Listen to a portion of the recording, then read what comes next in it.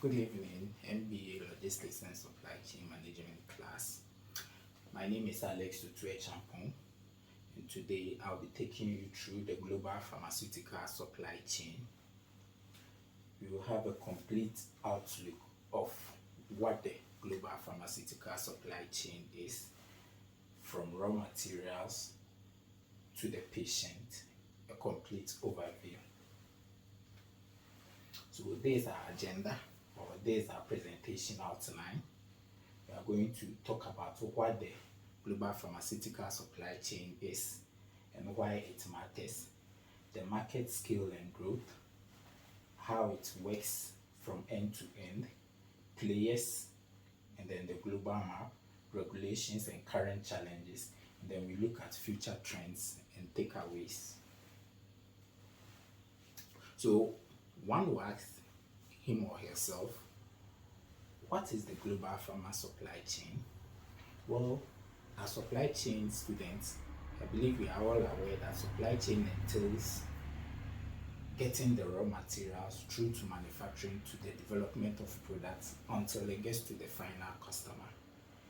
There's that same thing goes for the global pharma supply chain. So it's an interconnected network that turns raw materials into finished medicines. So the global pharmaceutical supply chain is a network which turns raw materials, that's API, which is active pharmaceutical ingredients, to finished medicines that we dispense at the hospital or we buy at the pharmacy. It covers active pharmaceutical ingredients, as I already said, APIs, excipients, tablets, injectables, biologics, and then vaccines. And then it ends with the safe delivery of the drugs or the medicines that are manufactured to the pharmacies, hospitals, or patients. So why is this supply chain uniquely demanding? The global pharmaceutical supply chain is very demanding. Why? Because there are strict global restrictions or regulations at every step. Before you manufacture a drug, you have to follow certain regulations. You have to meet certain regulations. It's not just like manufacturing any kind of product. There are also constant battles against counterfeits, because manufacturing drugs are very expensive, and then getting them onto the market involves a lot of cost. There are a lot of counterfeits, which are fake drugs, which is affecting treatments and not giving the patients the results they need. There's also precise temperature control, especially for biologics. For pharmaceutical supply chain, transportation is very expensive, especially when it comes to drugs that need to be monitored in terms of their temperature. So this makes the pharma supply chain a bit demanding, and we can see that failure costs in terms of keeping the drugs in their required temperature alone accounts to almost 35 billion a year in losses for companies that are in this supply chain. So let's look at the market and scale as well as the growth. So the global pharma market, as it stands now in 2025, is around $1.7 trillion, which is very huge. It is a very big market. And as it stands now, projections are that it will grow to 2.7 trillion by the end of 2029. This growth is driven by oncology, which is the treatment of cancer and those things, immunology, obesity, diabetic treatments. Diabetic treatments are those terminal diseases where you have to get your glucose and other things. Because they are terminal and you have to keep managing them, it's also part of the reason why the pharma supply chain is growing massively. And then when we look at logistics and distribution segment of this supply chain, it's around 591 billion as at 2026, and is projected to grow to around 772 billion by 2031. So let's have a dive into what the global pharmaceutical supply chain entails. The basic step, or the first major step in the pharma supply chain, is research and development, and then R&D, which is research and development, and clinical development, which is the upstream phase. basic research and discovery. This is the projection over here. This is how it looks. So it starts with basic research, where we research for new cures, new medicines, new treatments, and then when these treatments are discovered, they do preclinical trials, which comes in 3 different phases. They do phase 1 trial, phase 2 trial, and then phase 3 trial. Usually this R&D and then clinical development takes a time frame of 10 to 15 years. And the major challenge here is that a typical 90% failure rate, almost 90% of these R&Ds and then this research fail. So it brings huge cost to these companies involved in this. But then when they are able to succeed, the 10% that succeed, they move into the pharma supply chain, and then they begin the process of manufacturing the drugs for commercial use. That's why they transition into the supply chain by getting their approval, and then they develop the APIs. So you then look at what happens when we get success in the research and development phase. So when we succeed, or when companies in the pharma supply chain succeed in terms of R&D, these are the stages they go through. So once the research is done, we develop APIs, which is active pharmaceutical ingredients. So these are developed, and then we do primary manufacturing, secondary manufacturing, packaging and labeling, storage and quality control, transportation and logistics, distribution and wholesaling, and then finally dispensing and then delivery to the patients. So we will have a look at this end-to-end journey, one after the other. So the first stage is the sourcing of raw materials. That's when the R&D is successful. We have the APIs. So the sourcing of the raw materials, the manufacturers of the drug will source for the APIs and then the raw materials. And in sourcing for this, China actually dominates in the active ingredients, while India leads in the manufacturing of generics. Companies also undertake dual sourcing in order to reduce risk, because there can be shipment failures and other things. So companies usually do dual sourcing so that if this source fails, they resort to the other source. There's also a video here which will explain to us what the APIs are and how they are manufactured. So let's have a look at the video. Kindly be quiet and listen to the video.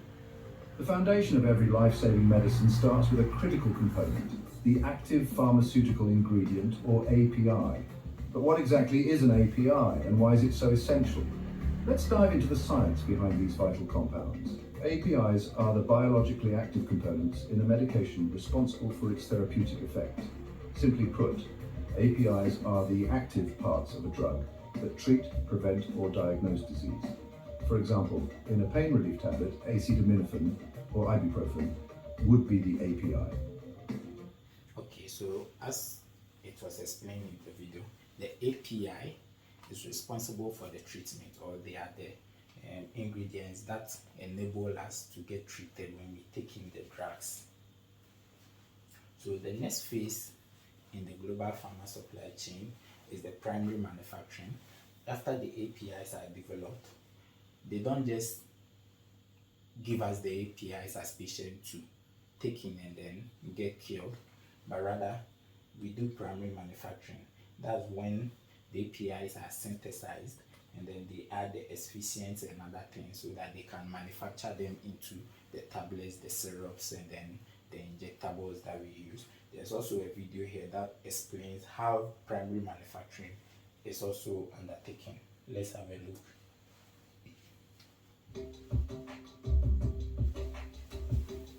The production of APIs is a complex process that involves advanced chemical synthesis, biotechnology, or fermentation.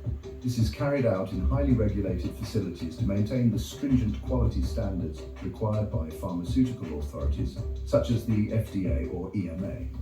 Chemical synthesis uses complex organic reactions to build the desired molecular structure. For example, aspirin is synthesized by acetylation of salicylic acid. Okay, so then we move to stage 3, which is secondary manufacturing. So this is where they manufacture or they turn the APIs into capsules, tablets, injectables, the ones that we see in the market where we go for our treatments, or the ones that is given to us where we go to the hospital. So let's also have a video and look at how stage 3 secondary manufacturing is done. We'll dive, or we have a look at how tablets are manufactured. Tablet manufacturing, which involves several essential steps: dispensing, sifting, granulation, compression, coating, packaging. Each of these steps is crucial in ensuring that medicines are safe, effective, and meet the highest quality standards. In this video, we'll take you behind the scenes to look at some of the most critical stages: dispensing, sifting, and granulation. Dispensing involves the precise measurement and transfer of raw materials, including active pharmaceutical ingredients, APIs, and excipients, from storage to the production area. This ensures that the correct quantities are used for each batch, following strict quality control procedures. Once the raw materials are weighed and transferred to the production area, the process of sifting begins. Sifting removes impurities, ensuring only the highest quality materials proceed to the next stage. Following sifting, granulation starts. Granulation is the process of turning fine powders into larger uniform granules. There are two main types of granulation: wet granulation and dry granulation. In wet granulation, a liquid binder is added to the powder mixture using a rapid mixer granulator, RMG, helping the... So as you can see, that's a very long video. It's almost 3 minutes long. So after the lecture, you can have a look at the video. I'll give you the slides, so don't worry. So we come to stage 4, which is packaging and labeling. So after the tablets, for instance, what we watch in the video, after the tablets are done, they have to package and then label it. And then packaging and labeling is very important in the pharmaceutical sector. Why? Because, as I said earlier, there's a problem of counterfeit. So we have to, in a way, find how to counter or prevent counterfeits in terms of packaging. So as you can see here, right now, all pharmaceutical products are supposed to have some sort of barcode or barcode that can identify them as original products coming from this particular manufacturer. So when it comes to packaging, we have the primary, secondary, and then the tertiary packaging. The primary packaging are in the form of the codes or the tablets that we have, and then the secondary packaging, you know, when you open the tablet, it comes in a blister. So for instance, this blister is the secondary packaging, and then the tertiary packaging is where they are put in boxes and then other things to protect it against tampering and counterfeits. So the next stage is storage and control. So after the drugs are done, they store it before they send it to us, or before wholesalers and other things will place their order, and then it is dispatched to them. So the drugs are stored in temperature and humidity controlled warehouses. Final testing and batching are released gradually as orders are coming in, and they manufacture in bulk so that they can have several months of safety stocks ahead when the orders come in. And then stage 6 is the logistics aspect, where goods are transported. When the orders are placed by the wholesales or retails or the distributors, they are shipped to them. So we have air, sea, and road. Hardly do you find pharmaceutical products being transported by rail. So air, sea, and then road. And then they follow good distribution practices. You have to comply with good distribution practices. Then cryogenic shipping, that's where we have to keep drugs in certain temperatures, especially when it comes to vaccines, and then when it comes to these forms of drugs, the injectables that are used by people with diabetes, the insulins, you have to keep them in a certain temperature. So they use cryogenic shipping for shipping those kind of products. Stage 7, when the product gets to the wholesaler or distributor, that's stage 7. So distribution or wholesaling. So major players move products to pharmacies and hospitals. For instance, in the US, we have McKesson, Cardinal Health, and Concora that denominate the market. When it comes to Ghana, We have major wholesalers and distributors like NSTEM Chemist, Tobinco, East Cantonment Pharmacy. These are also major distributors in Ghana. And then in Asia, we have key regional players like DKSH, Zuleg Pharma, and then DCH Oreg. So those are the distributors. And then stage 8, final dispensing and patient delivery. So the final handoff at the pharmacy, hospital, or direct to patients. So you can see that patient is taking the drug. It has traveled right from the API stage, the development of the API stage, to shipping, and then finally to the hospital. So the patient is taking it, we are taking the injections, or you go to the pharmacy yourself, you ask for the drug, and then it is served to you. But there are also reverse logistics over here. Sometimes drugs get to the pharmacy and manufacturers realize that there's an issue with the drug, so they recall it. So when recalls are done, that's when the reverse logistics also happen. So now let's look at the key stakeholders in the pharma supply chain. We have the big manufacturers and then the contract development and manufacturing organizations. So the big manufacturers are the major players, for instance, Merck, Sanofi, Pfizer, Roche, Abbott, GSK. They do the greater part of the manufacturing and then the research and development. So they are the major players in the sector, but they are not the only players. We also have the wholesalers. For instance, in the case of Ghana, we have NS Chemist, who is also a major wholesaler in Ghana, and then we have the government organizations that ensure that rules and regulations and then compliance issues are also dealt with. So the Food and Drugs Authority, for instance, in Ghana, or the FDA in the United States, is also a major player in the pharmaceutical supply chain. And then we also have the hospitals, the pharmacies, and then the other people who also play a major role. We have the shipping agents and all those things that play a major role. They are also key stakeholders. So let's take a look at the regulatory framework when it comes to the global pharma supply chain. The key global rules, these are the key global rules that govern pharmaceutical manufacturing, distribution, supply chain security, and anti-counterfeiting. So we have a regulatory framework. So we have World Health Organization standards for emerging markets. So you have to meet these standards if you are working in an emerging market. Also, there's the need for serialization, which is now mandatory in almost everywhere in the world. You have to serialize your drugs once you manufacture it in order to prevent counterfeiting, or in order to prevent people from also making something that's similar and then using your packaging and everything to also sell to the customer. There's also the FDA, just as I said. They also make sure that your manufacturing plant are following the necessary procedures, they are following the guidelines, you are using good manufacturing practices and other things. So they also work when it comes to tracking and then tracing of drugs, because in the pharmaceutical supply chain, there's also the need to always track and then trace where the drugs are going to.